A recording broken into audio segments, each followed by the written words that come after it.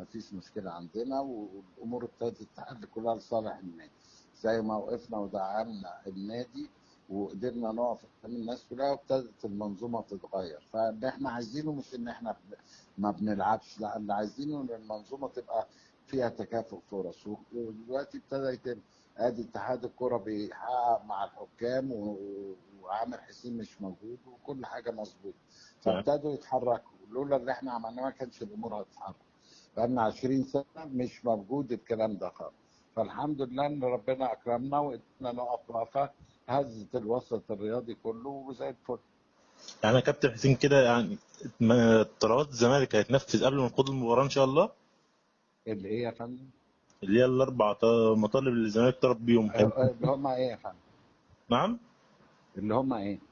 الأربع مطالب اللي نزلوا في البيان، اللي هم ايه؟ طيب ما انت قولهم. اللي هو كده جدول الدوري لحد نهاية الموسم، ما هو وكل نزل جدول اه الدوري جدول لغايه الدوري كده النص. تمام. وكل فرقة تلعب الدور الأول، بعد كده الزمالك يلعب. لا، الدور الاول مش هينفع، عمليا مش هينفع، هيبوظ الدنيا كلها. فاحنا اخدنا ثلاثه من الاربعه، واخدنا اللي احسن منهم كمان، ان احنا هنبقى مشتركين في وضع النظام المسابقه الجديد. ولا عامر حسين يألف ولا اي حد، احنا اللي هنحط الجداول. واحنا اللي مش احنا كنادي الزمالك، انما بقى الرابطه ما تحطش الجدول. لازم احنا اللي نتفق كأندية على الجداول. فاخدنا كل الحقوق اكتر مما كنا عايزين، ما يعني عدا طرف واحد. كده يتم إقالة عمرو حسين ورئيس لجنة الحكام. يا عمي لو بصيت على الجوابات، اخر 3 جوابات ما فيش حاجه اسمها عامر حسين.